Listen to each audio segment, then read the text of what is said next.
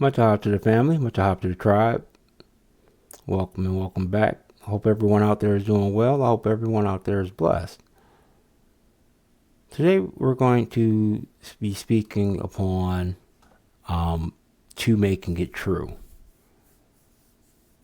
Now we're going to continue obviously with exploring the different words that impact and shape our current points of view.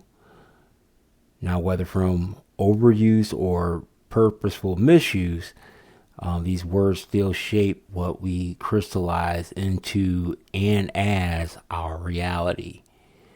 The true horror lies in what these words convey and what we ignore.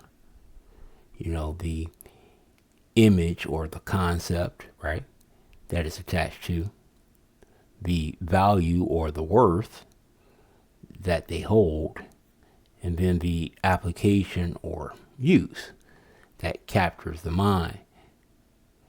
Now, we spoke of words like spirit prior. We spoke of words like genius, integrity, sincerity. And as I stated prior, we needed to do so before we start delving into quite possibly one of the most important words, right? Which is soul. Yeah, the soul. Because unlike most waves that we surf, right, where there's more of a linear understanding or progression, soul reflects a discovery or a rediscovery is what I should say, a finding, as it were, of uncertain origin, right?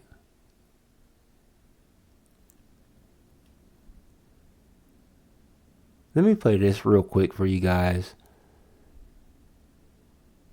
so that we can kind of get a sense of what I'm talking about here. Y'all remember this question? What is real? How do you define real? If you're talking about what you can feel, what you can smell, what you can taste and see, then real is simply electrical signals interpreted by your brain. What is real? Entering secure area. Stand here. Right here.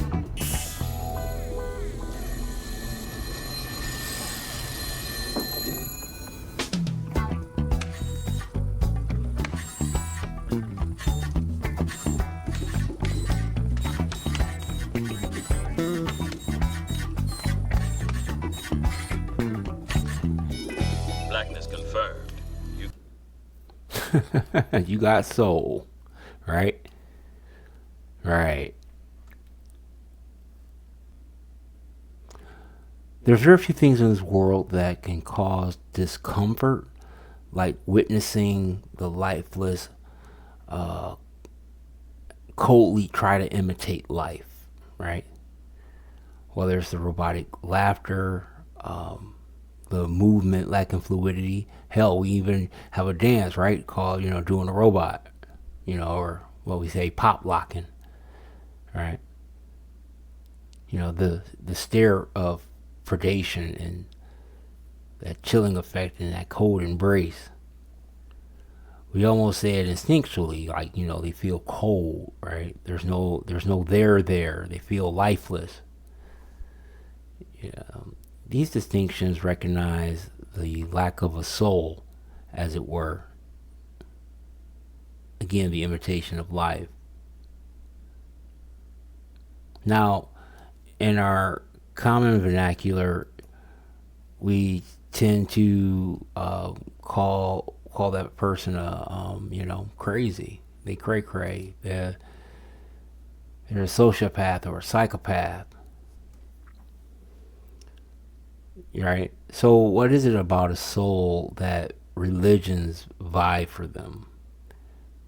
Have you ever wondered what is it about a soul that God's war in heaven over them? What is it about a soul that is a continuation? What is it about a soul's continuation? That's how I should say it. That begs resolution. Like, we need to know what happens in the quote unquote afterlife. Now, when we study the word soul, oddly enough, it only comes in two forms as far as its origin of the word, which goes back to the whole point of what I was trying to show. That in the first example, the first noun, it's a soul is spiritual and emotional part of a person. That's where you got to you have the ability to see the whites of the eyes. They talk about this in a lot of scientific schools of thought. Like, why do you react to certain pictures? Especially in like animals, because you can see the whites of their eyes. And then the ability to shed tear or to laugh in response to life. We laugh when there's truth there, right? Or when we mentioned the Joker being able to, or the jester being able, the only one able to really, tell the king the truth, but he does it in a way that makes everyone laugh. It's a jest, is what they call it. And then on the other side of that is, when it comes down to the soul, is you're talking about an instinctive quality. When it comes to relationships, food, music, by Black American as an attribute, right? There's a spiritual / romantic sustenance, what they call the inner music. You got that movie Sinners, right? About sinners and vampires. But let's pay close attention here. I mean, either you have a soul or you don't, right? You either got it or you don't. And notice what's in both, right? It's the spiritual. And that's why I wanted to make sure that we talked about that first. So if you haven't gotten that, please go back and check that out. But notice what's not. All right? Notice what's not in both. In one, you have emotional, is spirit and emotion. And then the other one is spirit and romantic. So that's an age-old question, right? What's a romance? I've come to understand something. I was looking up and I'm trying to understand the quote-unquote the three-body problem.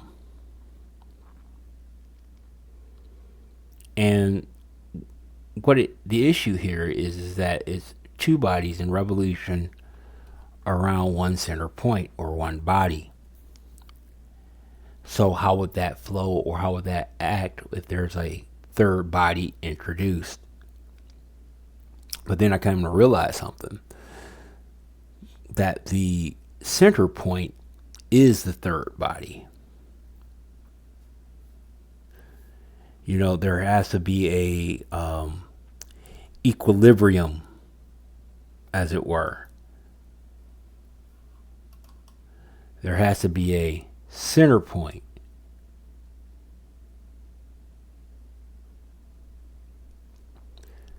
Now, the problem is inherently complex due to the quote-unquote non-linear nature of gravitational interactions. It also says that unlike the two-body problem, which has a clear analytical solution, the three-body problem often requires numerical methods for solutions. Now, what do we get on the last drop? That integrity has more to do with what? Numbers, right?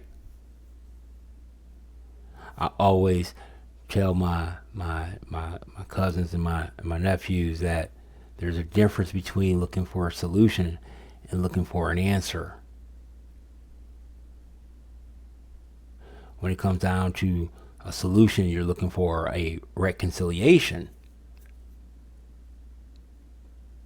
It also states about the three body problem. The various cases, special cases, and approximations exist, such as the restricted three body problem, where one body has negligible mass, right? The three body problem highlights the chaotic behavior in dynamical systems, making long term predictions difficult. But what are we really talking about? Whether we want to believe it or not, whether we like it or not, what we're talking about is quite simply Ham, Shem, and Japhet. That's the three body problem. I was thinking for quite some time and trying to put it all together. We have the old maps, right? And shout out to Brother King, and he will say, it's Ham and Kush, Ham and Kush. There's no, everyone knows where Japhet's at. Everyone knows Ham, but they're like, where is Shem, right? And I've come to understand or come to believe that Shem has it all, and he's sharing it with Ham and Japhet. They have their lots, but they are good stewards, right? Just like we need to know who we are as Aboriginals, and that we have these people that are here. They are, quote unquote, Americans. But they're just Americans now applied. They're not the copper colored races found here.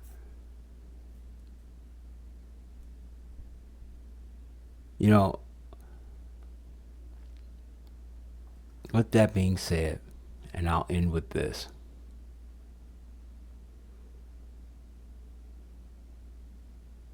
What's a romance?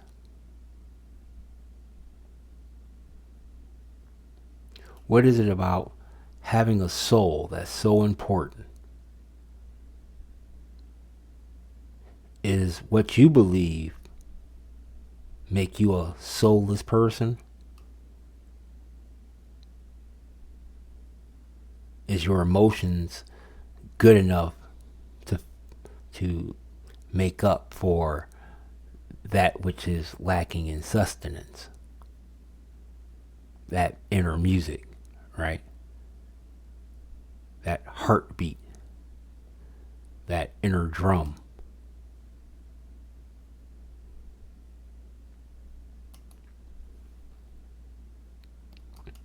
Like with most things, just like I will say and probably continue with as we keep on this journey, don't confuse fate with fortune. They're very similar, but vastly different. And so is one soul. Two makes it true. There's two sides to every coin. But remember, there are two sides to each side. A right and a left. Much hope to the family. Much hope to the tribe.